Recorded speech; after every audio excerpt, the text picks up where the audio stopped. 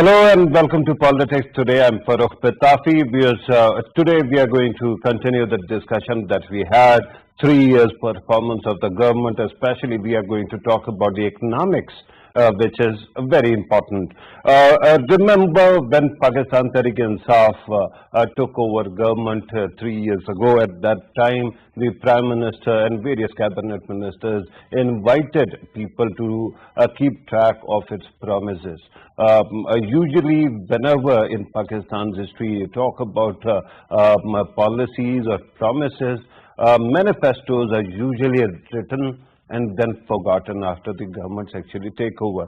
But that didn't happen this time, because on one side the government was also taking accountability on its own, and then various media houses also ran trackers.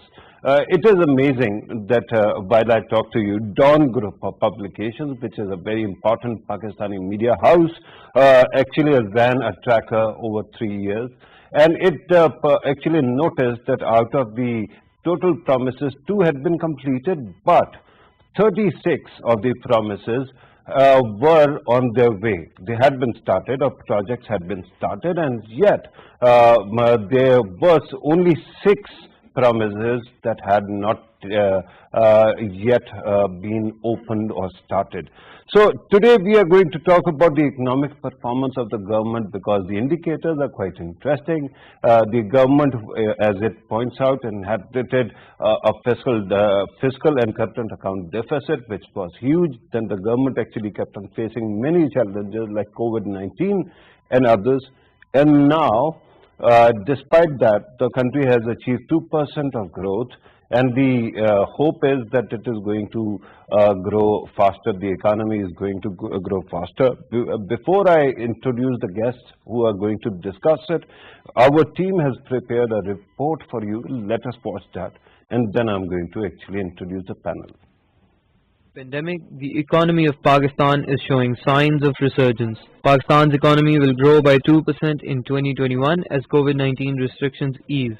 The economic growth of Pakistan is expected to accelerate to 4% in 2022 with improved consumption and investor confidence. Inflation is projected to come down to 8.7% in fiscal year 2021, partly reflecting an expected improvement in food supply, subsidies for wheat and sugar, and closer price monitoring of essential commodities. Due to its impressive growth, Pakistan Stock Exchange earned the title of being the best Asian stock market and 4th best performing market across the world in 2020.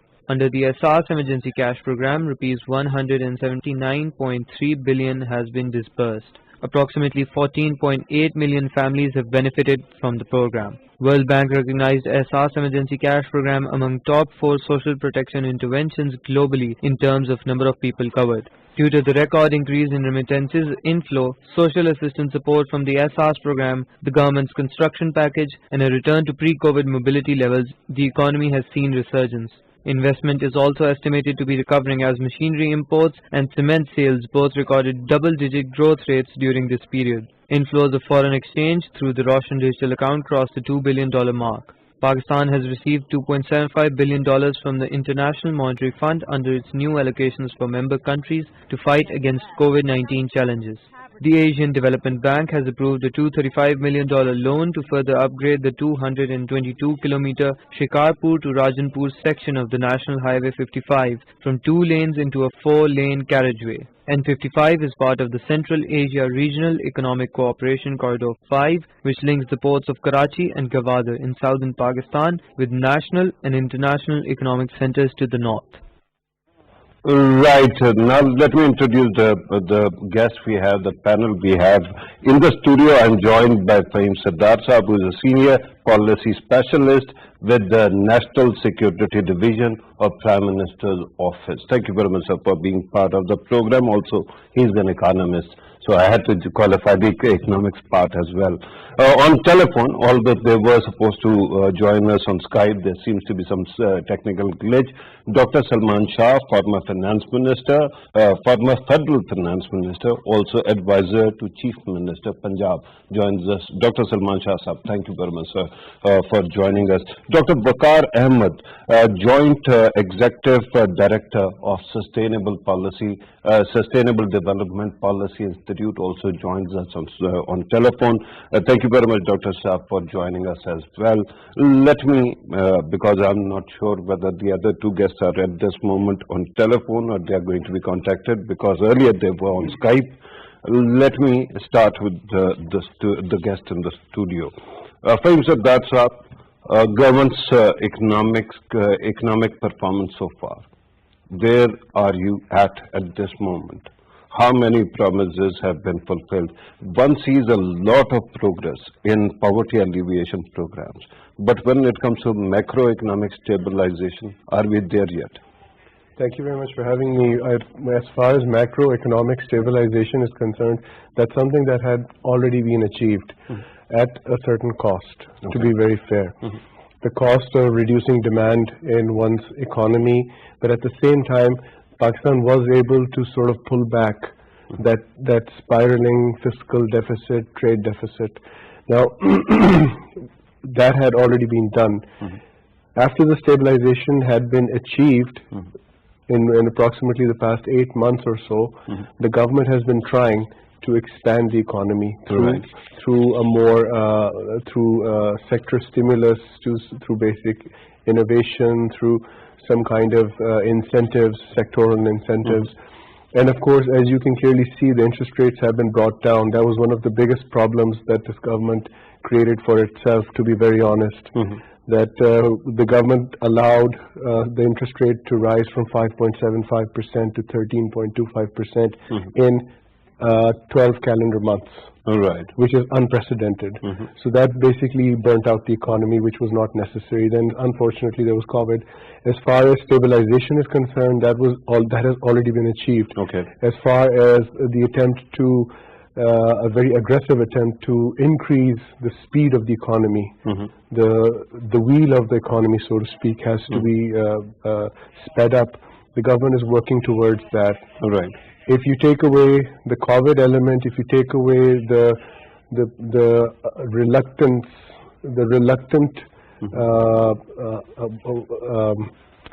basically the COVID restrictions that we reluctantly put in, the government has managed to handle a lot of things.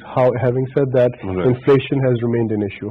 Inflation, even though the books are showing that perhaps inflation numbers are coming down as well, but you said that stabilization has been achieved. The problem remains of the fiscal deficit, right? And one has to actually talk about that as well. Before I go to the other two guests, let me read two cards for you, which are important because we have to show you what the government is thinking. First one is from Prime Minister Pakistan. Congratulations to NCOC members, SAS team and State Bank of Pakistan for effective response to COVID-19 pandemic, and above all, thanks to the mercy of Allah Almighty. This is very important because you know the context. Recently, The Economist also pointed out that Pakistan is the third best country in terms of return to normalcy during the COVID-19. The second card is, and this is from the Federal Information Minister, if overseas Pakistanis had not sent such a large amount of foreign exchange, the Pakistani economy would have faltered.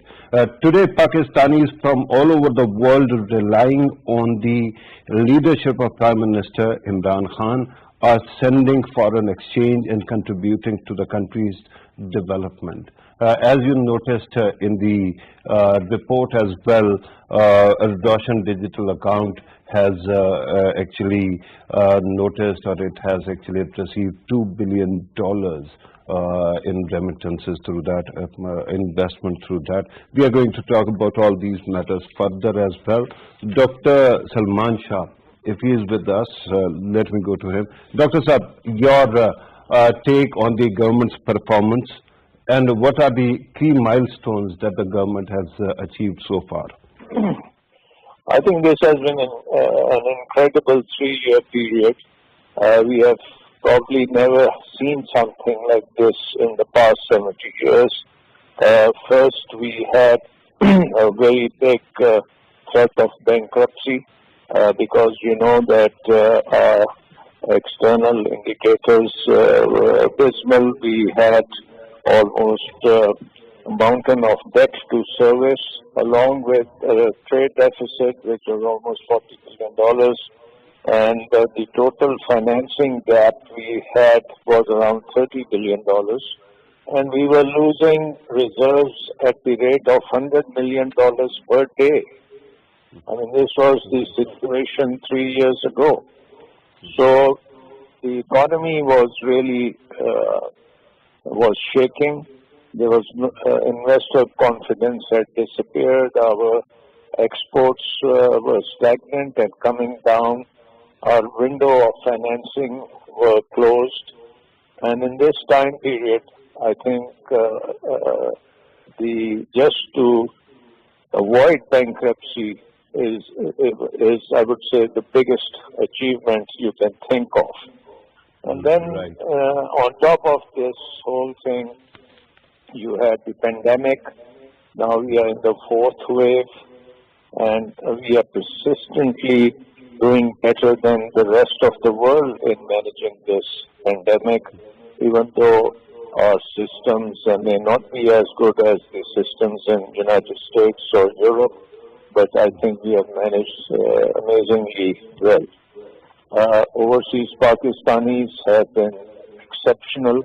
We have never seen these kinds of remittances coming into the country, and that has really helped us in two ways. One, in terms of investment, and the other in terms of consumption.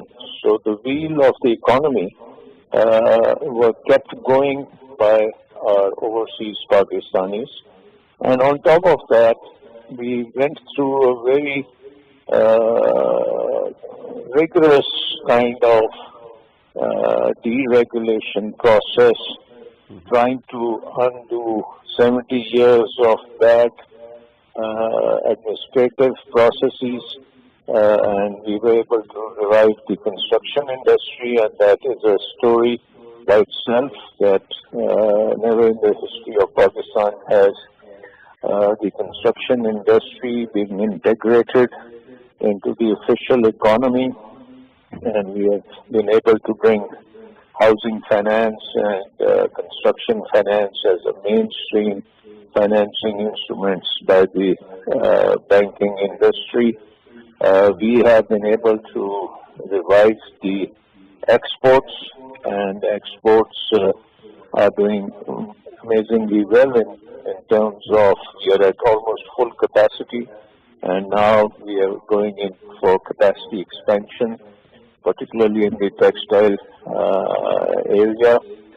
And all of these things in an environment, in a political environment which was very, very aggressive, and our politics was really not supporting the economic kind of initiatives which one had to take. And under these difficult circumstances, I think the government was able to get things done.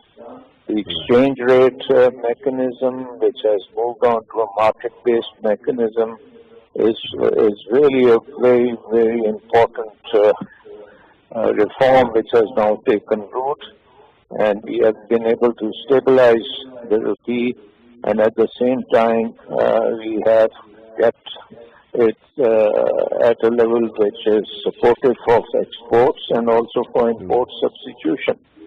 Secondly, the interest rates policy is, I think, doing very well.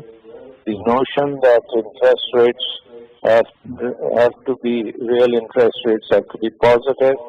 In that sense, the State Bank has managed it very well, that during this COVID pandemic, they have still managed to keep interest rates low, albeit that they cover the core inflation and not headline inflation.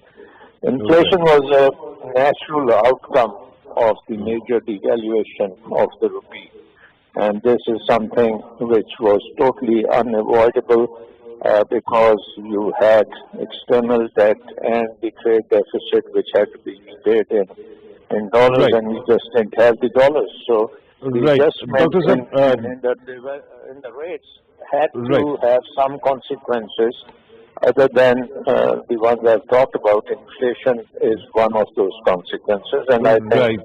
that Right. now Dr. Saab, this is very important, and I'm going to come back to you, sir. Do stay with us. Let me bring in the third guest, Dr. Pakar, also joins us on telephone. Dr. Pakar, sir, once again, thank you very much for your precious time. Your opening remark about the performance of Pakistan's economy in the last 3 years of PTI government. Thank you, Farrukh Saab. I think this has been very well covered by Dr. Salman Shah Saab and Fareem Sardar Saab, and there is certainly no doubt that amid the pandemic there has been an economic recovery. Macroeconomic indicators certainly have stabilized, and there is an uptick in growth, and most of the micro indicators as well within the growth framework are certainly looking very promising. I think because this aspect has been covered by my other two very esteemed colleagues, I think one of the areas where one needs to sort of focus is that most of the success has come on the back of the IMF program, and now of course there are some apprehensions in the market that why is it that Pakistan is not again engaging with the IMF, or not engaging the way it was previously, and probably not maintaining the same or not committing to the same fiscal discipline, which of course had been agreed under the fund program. That is very closely linked to the government's performance in the other two sectors where, for example, structural reform is direly needed. One is the energy supply chain, and we have seen really a contained growth, but still it is on the upside in the circular debt. And there have been three different plans, energy sector plans for handling the circular debt, but somehow the government hasn't committed to any single of them, and this is a loss which is really continuing to happen. Second, of course, PTI's manifesto commits itself to curbing or curtailing the losses of public sector enterprises, particularly the dozen PSCs which are throwing up over ₹1 trillion rupee in losses every year, you know. But we haven't yet seen that political will to go after, for example, even a single of these PSCs, or structure them, or let's say appoint new boards, or privatize them altogether. You know, that political will hasn't been seen, and that is reflecting in the fiscal deficit every year as well. My last point on this would be that we have embarked on one of the toughest tax reform agenda. But I think today was a sad day. We have seen our tax team leave today, and I think it had just been around 7 or 8 months that this tax team had been appointed, and one really, it's really a dilemma that why is it that somehow we haven't been able to find a good leadership for the tax reform agenda, or FBR for that matter. Right. Dr. Saab, since you were talking about the focus or courage to actually go after public sector enterprises, let me ask you, do you think that this altogether privatization business, is it even a possibility in Pakistan? Because whenever we have heard about the possibility of offloading certain assets, we have seen a huge pushback from the opposition or certain quarters in the country. Yes, first, I think it's a very important question, you know, but it's not that we haven't done this in the past. We have carried out substantial amounts of privatization in the past, in the 90s, then in 2000s, you have examples like PTCL, for example, where gradual divestment was done. But, you know, I'm saying that even if you don't want to privatize, there are other ways of really stopping or curtailing this financial hemorrhage which is going on. The government has been thinking of different models such as Sarmaya Pakistan Company, changing the management structure, changing the board structure. So whatever may be the consensus, things should move faster towards that direction, even if that's not privatization. Right. Earlier, Fail Siddharth Saab, you were talking about COVID challenge. COVID-19 has been a black swan event, right? Out of blue, and it has shaken the foundation of world economy. I understand that this time we actually worked diligently and found a way out. But do you think our economy has the endurance and the resilience to actually meet the challenges of another black swan event? I think that's a tough question because we've already suffered, I think, not one COVID, but 4 COVIDs. Right. And Fourth wave. Fourth wave. Yeah. And I mean, I sort of classify all of them separately. I do not clump them together because Right. the genome is totally different. And Yeah. as I keep saying that this is a genetic activity. I don't want to get into the details of it. But the point is, Pakistan has shown resilience. Our economy has shown resilience and patience. However, there's a limit to everything, and that's a limit I don't want to test. Okay. And I'm hoping against hope. And you see, Pakistan has done marvelously on the COVID front, and I mean even the United Nations has appreciated this. Even international agencies have appreciated this. However, having said that, we have to understand that there is a limit to everything. Okay. And we did those smart lockdowns and everything. This was all data-driven activity. In the first time in the history of Pakistan, you had the convergence of data on one point and COC that you started off from. And basically, decisions were taken in which very smartly things were locked down. Having said that, every lockdown, every slowdown causes an economic loss.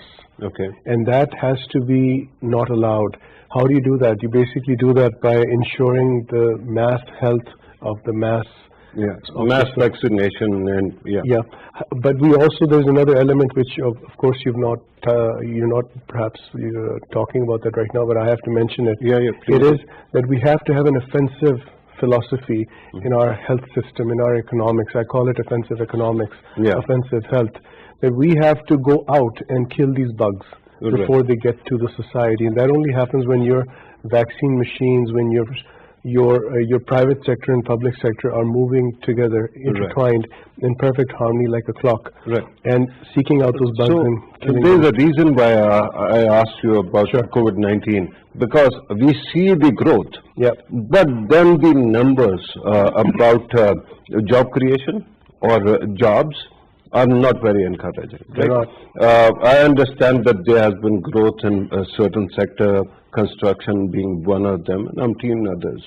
But do we have a handle on job creation at this moment, given that it was also, job creation was also PTI's big promise in the manifesto? It was.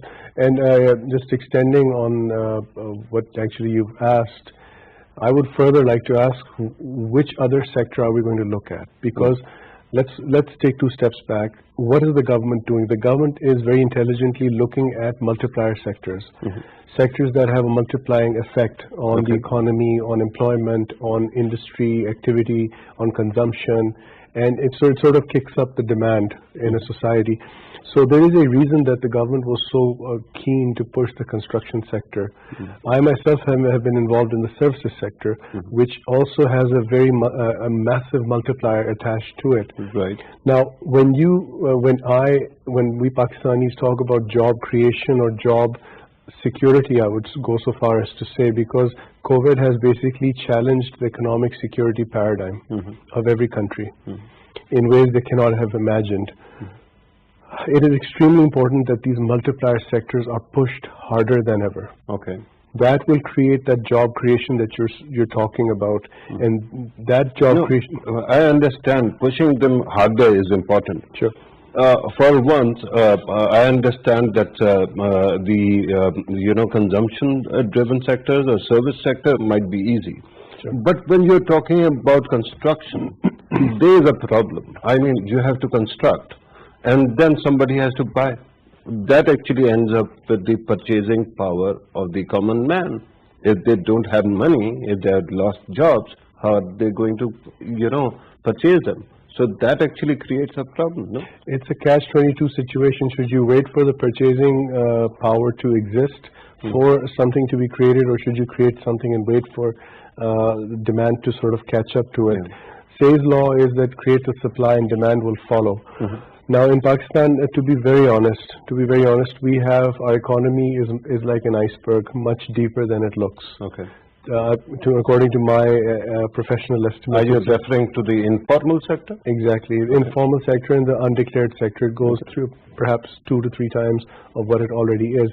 That's not something I want to bank on. But at the same time, I do not want us to get sort of painted into a corner. We have to go for these projects because there is actually a considerable amount of liquidity within and outside of Pakistan waiting to come into Pakistan. How do we know that?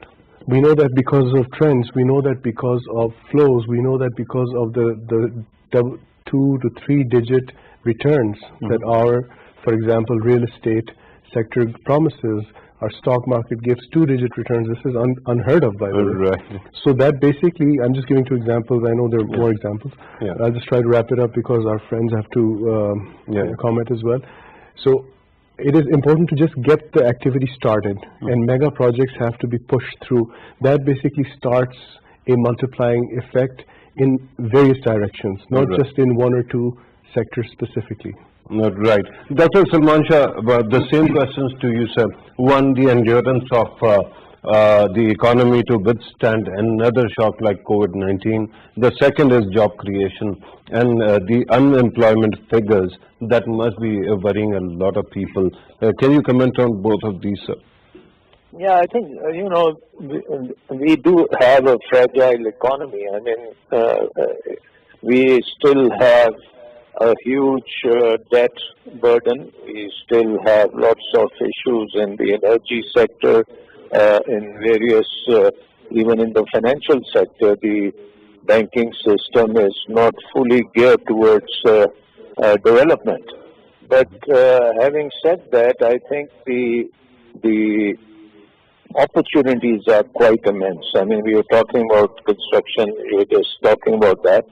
There is a huge backlog of demand for such things, and if you look at recently we had a development effort in Lahore, where the 13 leading industrial houses have banded together to build almost an entirely new city. And these people are hard-nosed businessmen who are not investing money just for the sake of investment. They are looking at returns. So there is a demand available in the market, which is very important. Secondly, I think the government this year, the budget, you see the public sector development program has been increased substantially, and on top of it, the provincial annual development program in Punjab, for example, is almost 560 billion rupees, which is a big jump from last year's budget. And along with this, we are also putting in efforts that we can have public-private partnerships even bigger than the public sector development programs.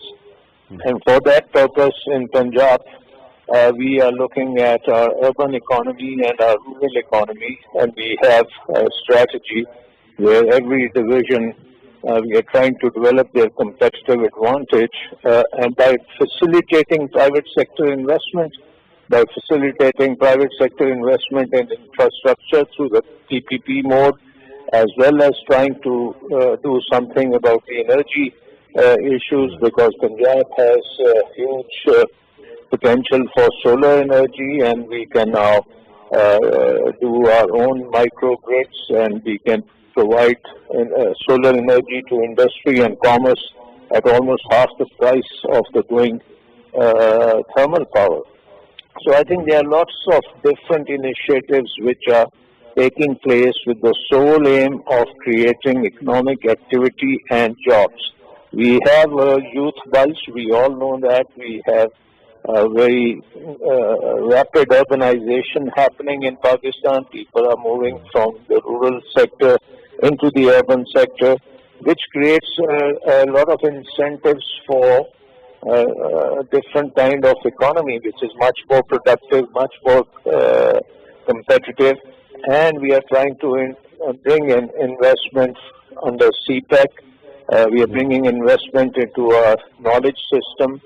If you look at the Prime Minister's initiative on the technology parks, all of these things are moving very, very rapidly because the infrastructure is being put in place, but it will take maybe another 6 months before things will start showing up in the numbers. Right. So in Faisalabad, I'm really glad that you mentioned CPEC also, because for quite some time we have been talking about its potential to create jobs, especially special economic zones. Can you also deliberate a bit on the importance of how to actually capitalize on this opportunity, sir? I think this is very, very critical because in our quest of moving into more value chains other than the traditional value chains we have, China is a big source for us. China has, it's almost like a single window operation where it has the technology, it has the know-how, it has the capital, it has the willingness to invest in Pakistan, and we are kind of strategic partners.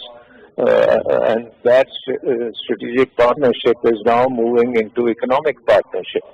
And so if we look at the special economic zones which have been set up, there is a huge amount of interest from China over there, and Chinese companies have even started production in Faisalabad, for example, or in Sargodha, where they have put up a big plant over there. Yeah. But it's the beginning. I think ultimately we may have at least 1,000 Chinese companies all over Pakistan, because the Chinese find Pakistan to be a place where they can really leverage their technology and create the skilled workforce which is needed. Pakistani workforce is not very skilled at the moment, but it doesn't take too long to impart them those specialized skills which all of these companies need. So I think that we are, it will not be within the next 2 to 3 years that we'll become an industrial powerhouse, but I think we are laying the foundations for rapid industrialization simply because the demographics of Pakistan are such that we have a youth bulge and they are moving into the cities. And the city's economy is the services economy and the manufacturing economy. And that's where the investment will give very, very big returns. And this is now actually happening. It's not something just on the drawing board. It is happening. And in Punjab, we have started with the Gujranwala division, which has a very good basic manufacturing base. In Sialkot, in Gujranwala, in Gujarat, all kinds of SMEs are there. We are trying to bring specialized infrastructure for them, the knowledge base, the testing facilities, ability to trade, enhance the connectivity. And all of these things are, in my mind, these are investment opportunities, and the private sector is fully involved with these activities. Right. Let me go back to Dr. Bakar. Dr. Bakar, the same two questions. One, about sectorally, about the endurance of the economy to withstand another shock. On the other side, also the matter of job creation, and then of course you can also include the CPEC SEZs into the matter as well. So please go ahead. Thank you, Farrukh sir. I think the growth in large-scale manufacturing has certainly laid the foundation for the next couple of months to look good, to create some jobs, to bring back the idle capacity which was there due to COVID in the system. Having said this, of course, how sustainable this is, that will also be reflective of our domestic policies, such as the energy supply, the energy prices, and the fact that industry is still of course, demanding that more certain supply and price structure should be offered to large-scale manufacturing enterprises, including the enterprises in the special economic zones, which, of course, are in a much better shape, but require, of course, more expedient processing of connections and scale-up connections. Now, how much Pakistan can benefit from this short window or very narrow window of opportunity which is there? I think we, of course, you're right in connecting this with CPEC, that we need to bring back the momentum which CPEC had in the early harvest phase. We really need to bring back that momentum somehow, of course, due to the transition in the government and then due to COVID, that momentum was, of course, lost. And now I feel that we are banking too much on the Chinese private sector to come in, which already has apprehensions of its own coming out of COVID. Now, all this is actually reflecting into the low volumes of foreign direct investment. FDI hasn't been picking up in recent times, and that is what worries me. And perhaps despite of very proactive effort by the Board of Investment, I must say, still FDI remains an area where more needs to be done. Right. Dr. Saab, your today's piece, the article you wrote, was about economic situation in Afghanistan and how it affects Pakistan. Before the government fell in Kabul, there was talk of an American-led push for ROZs. Now there is often talk of China investing in Afghanistan and China and Pakistan actually complementing each other. Is there potential in this area as well, sir? Yes, thank you for pointing this out, Farrukh sir. I feel there's immense potential over here because whatever happens in Afghanistan, whatever the structure of the government is, Pakistan will remain the shortest route for their bilateral trade and transit trade needs. That's one. Second, of course, under CPEC, if there are projects which can sort of make this transit trade and bilateral trade with Afghanistan more attractive, this could really contribute to future economic growth, at least in the big cities in Afghanistan, and this is what the new administration would need all the more. But I think where I think we need to stress here is that there were some very important regional connectivity projects underway with Afghanistan, which should not be disturbed by this transition. One of them was that both commerce ministries were in touch with each other for revising APTA, which is the Afghanistan-Pakistan Transit Trade Agreement, and extending it to Tajikistan and Uzbekistan on their request. This should, of course, not get disturbed. This is in the interest of both countries and the region. Second, there are other transboundary energy projects such as CASA 1000 and TAPI, which should also go ahead despite of this short disturbance which is being seen in the region. Right, that is very important. Now, I understand that there are many things, that we can talk about. Geoeconomics is one, our ambition and our, progress. But let us come back to the micro level, right? Poverty alleviation, the incentives that are there. You pointed out the abysmal condition of healthcare that this government actually inherited, and now it is trying to improve that as well. Where are we at in these sectors? Health and the poverty alleviation. Poverty alleviation, yeah.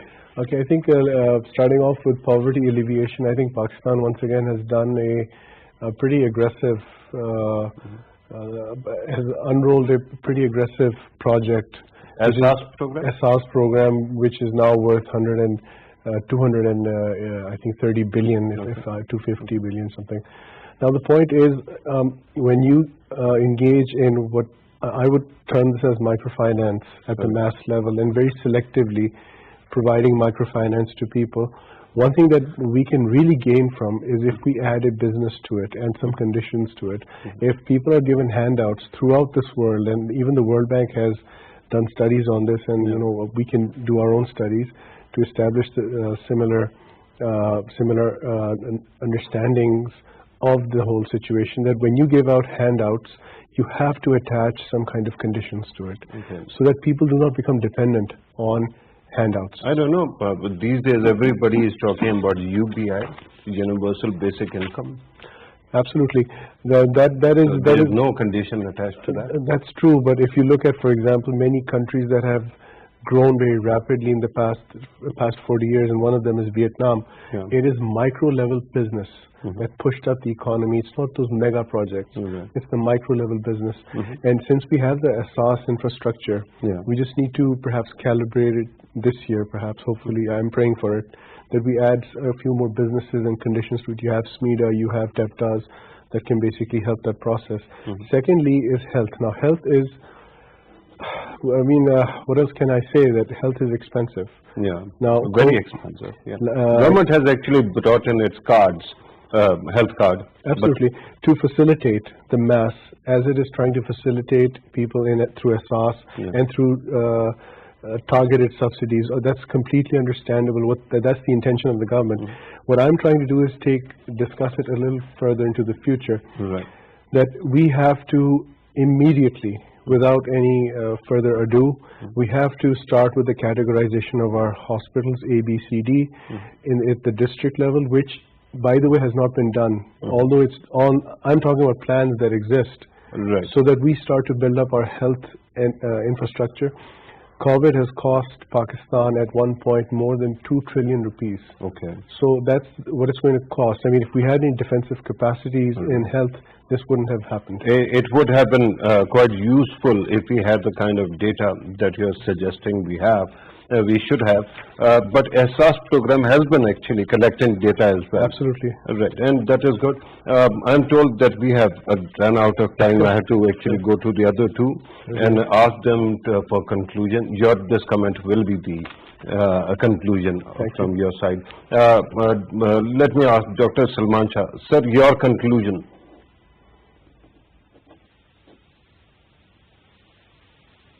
Dr. Salman Shah Saab is with us. Okay, Dr. Bakar Saab, your conclusion. Thank you, Farrukh.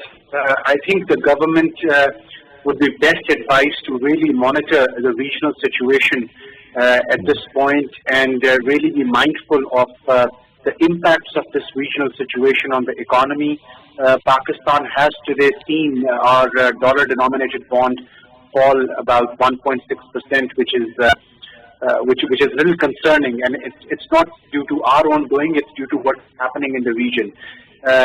Second, of course, there are challenges on the static front, which also the government would need to take care of in the coming days.